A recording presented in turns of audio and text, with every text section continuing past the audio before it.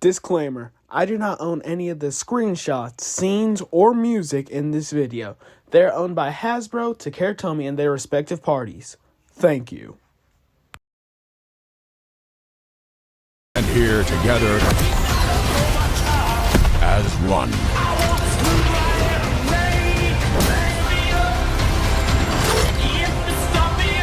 Hello YouTube and universe, and welcome to Star Wars Productions. I'm your host Morro, here to bring you everything new on your favorite brands and more. And today we'll be breaking down the new trailer for Transformers 1. But before we begin, make sure you like, subscribe, and hit the notification so you don't miss another video like this, because it may be a small click for you guys, but it's a big help for me. Thank you. Now here's a little background on the trailer. Now Transformers 1 takes place right before the war even started.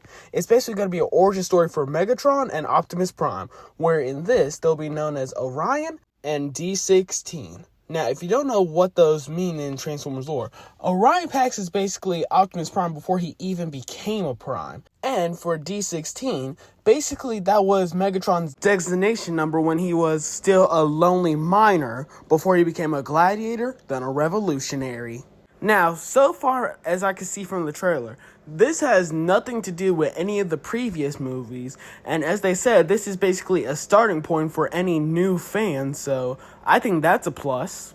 And as I said, since this movie is an origin story for Transformers, it will take place 100% on Cybertron, and I am so hyped for this. And it's even the same animation studio that did the opening credits for the Bumblebee movie. And oh, you guys remember how good that was. But without further ado, let's get on to this trailer. Now, we start off the trailer with Orion Pax and D16 in some kind of room for some reason, I don't really know why. Now, this may come to a shock for you guys, but it's not Peter Cullen and it's not Frank Welker that are voicing them. Their voices for this movie are Chris Hemsworth and Brian 3 Henry. Now, if you don't know who Chris Hemsworth is, you must be living in a rock because he is the definitive version of Thor from the MCU. And I cannot tell you, I'm a huge fan of him. He is one of my biggest inspirations when it comes to acting. And then we have Brian 3 Henry, who's also a voice actor, but you may know him a little bit because he was in the Eternals movie, which kind of flopped, but he was one of the good characters in it. But you know, I'm kind of glad they're doing something new with it because even though I love Frank Welker and Peter Cullen, I feel like we need new voices for their younger iterations. Even though I want to pick someone better for D16, I still kind of feel like it was a perfect pick. Now, I won't talk about Orion's character design in this because it's just like a lesser version of Optimus Prime like most Orions are.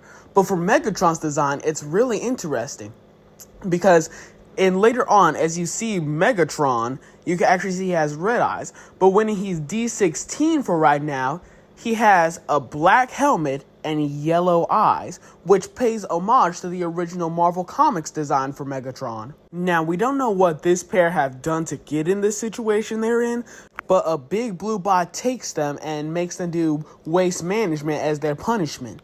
And that big bot is actually Darkwing. Now, Darkwing is a Power Master from G1, and usually he's never seen without his partner, Dreadwind. Now, I kind of like his design in this. It reminds me of a big brood, and it kind of fits him since he's more of a lackey in most of his depictions. Next, we get the introduction of Hasbro's cash cow, B127. Now, he'll be voiced by Kevin Michael Key, and he'll be most of the comic relief in this movie, which you'll see later on in the trailer as well. Now, B127 is his designation number, just like how D16 was Megatron's designation number. Now, this name originates from the Bumblebee movie, as it was his name during the Cybertron scenes before he became Bumblebee. Next, we have a flash forward of Orion Pax when he became Optimus Prime as he's falling down. But if you look at his chest area, you can actually see the matrix of leadership inside of it. And later on in the trailer, you can see there's going to be no physical changes from Orion to Optimus Prime because this just looks like his form right after he gets the T-Cog. The only thing that's different is he has a faceplate now and he has the matrix of leadership as well. Now, the only thing I don't understand is this at the end of the movie Or is it at the beginning where it shows a whole war going on, then it shows what happened before it happened, if you understand what I mean?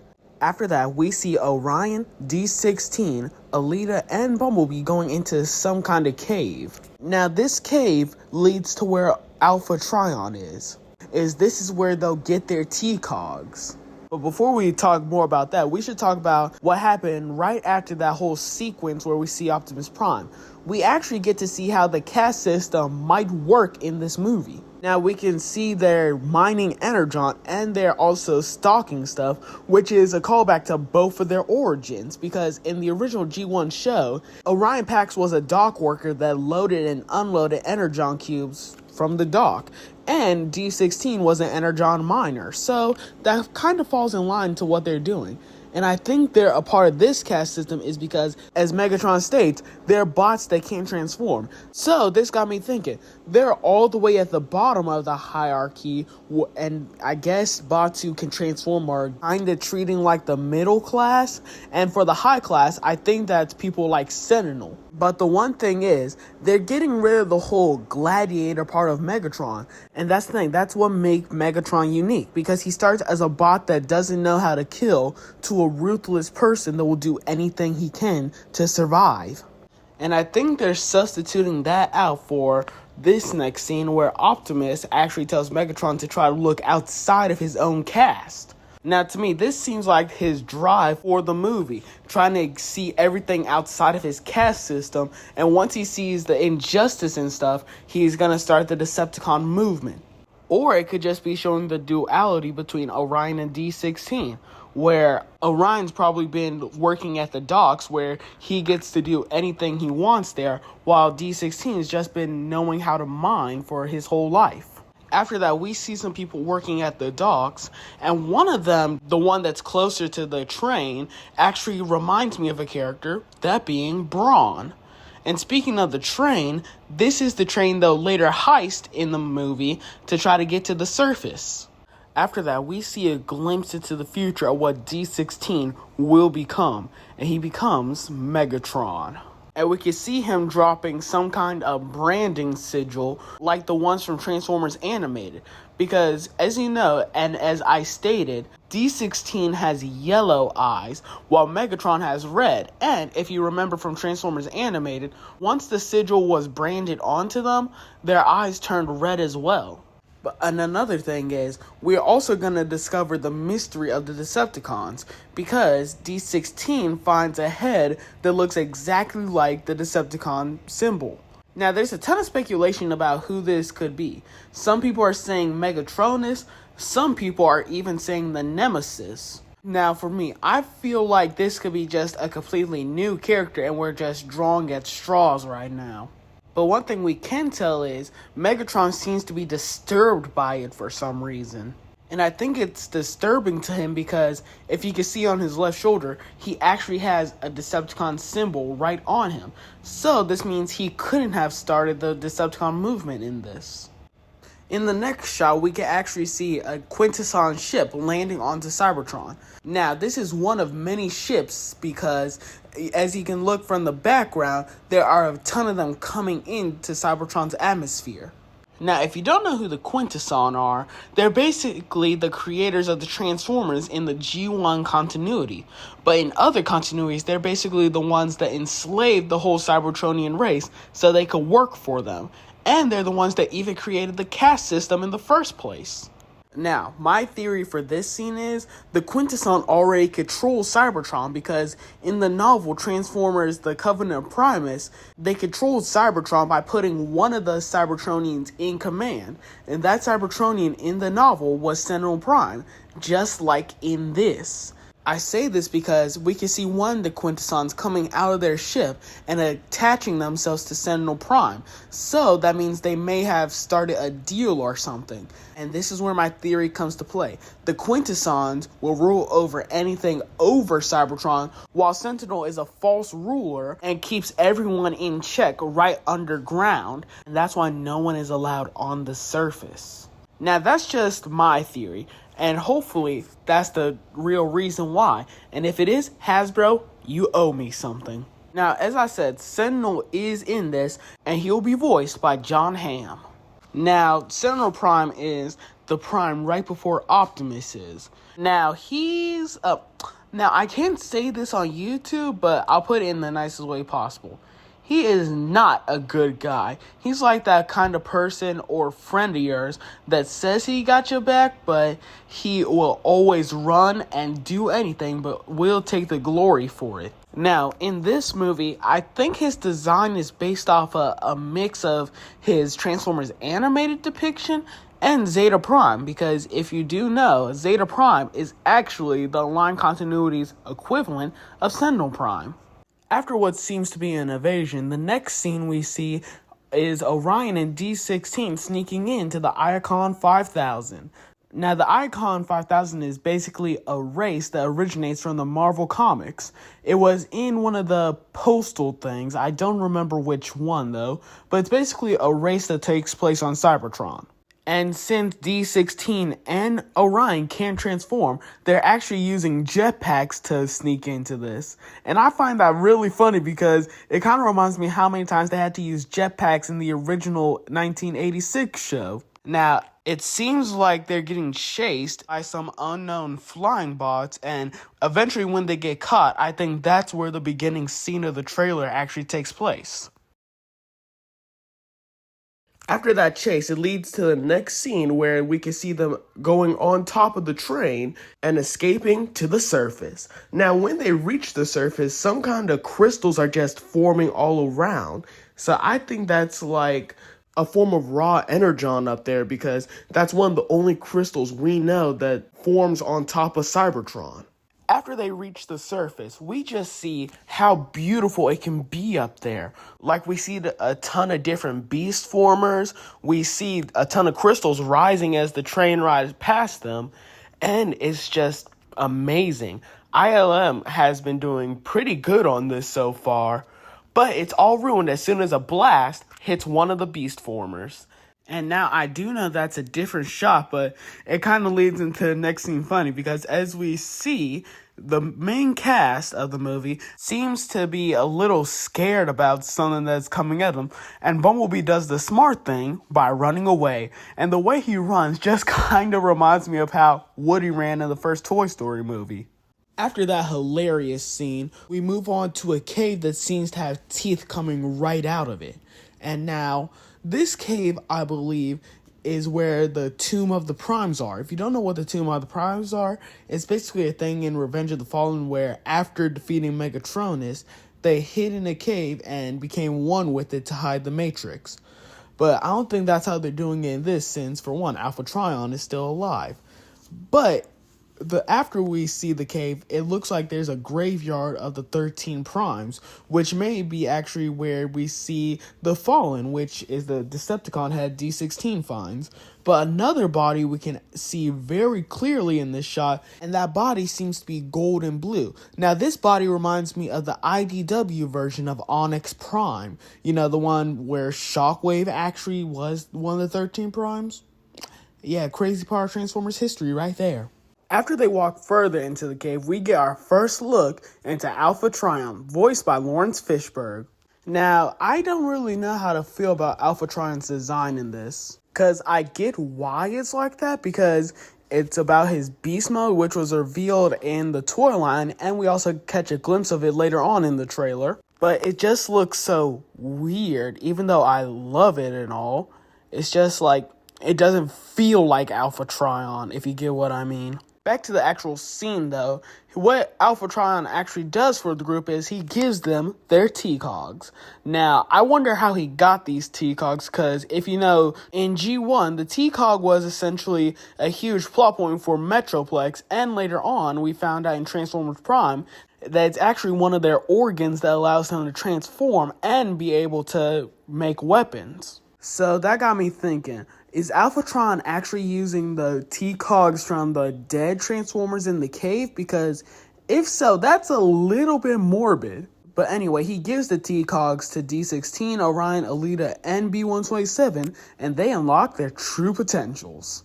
And while they're trying to learn how to transform, they're being chased by some of the Viacons, which leads to them actually having to try to learn it on the fly, which does not seem to go well for most of them, especially B-127. Next, we see an action scene where Alita 1, voiced by Scarlett Johansson, is saving a couple Seekers in her vehicle mode from the Viacons. Now, we only get to see one Seeker right now, but that one is a yellow color Seeker, so that kind of reminds me of G1 Nova Storm. And after she saves the Seeker, she does a spin kick after transforming and hits our poor boy Steve the Viacon. It was cool, and she also grabs his gun and it transitions to a whole explosion right after she pulls the trigger. Now, in this explosion scene, we get to see a whole lot of Seekers as well, and some of them are kinda recognizable. And the Seekers that can be seen are a purple and teal one, which could be Slipstream, a blue and black one, which might be Thundercracker, a red and black one, which could be either Thrust or Redwing, and finally, a blue and brown one, which is obviously Dirge. In the next shot, we have Orion Pax jumping off of a ramp after transforming and fighting some flying bots that I think that are part of the Quintessons. And after that, we just get a flash shot with multiple things going on at the same time, so I'm just gonna go slow with it. First up, we have Arachnid, who we haven't seen since Transformers Prime. And I kind of like her design. It gives her a more slender design. Now, she could turn into a helicopter because, as you can look at her legs, she has 2 holes in them. So, that means those could be propellers. Or she could just do the same thing she did in Prime and just have the lower body of a spider. Next, we have the big 3 of the Decepticons, Starscream, Soundwave, and Shockwave. Now, one thing I want to talk about in this shot is, if you look in the background, you could already see that there's a throne there. And I think that's a callback to the G1 episode, More Than Meets the Eye, because as you can see on the Nemesis, there's a huge throne that Megatron actually sits in.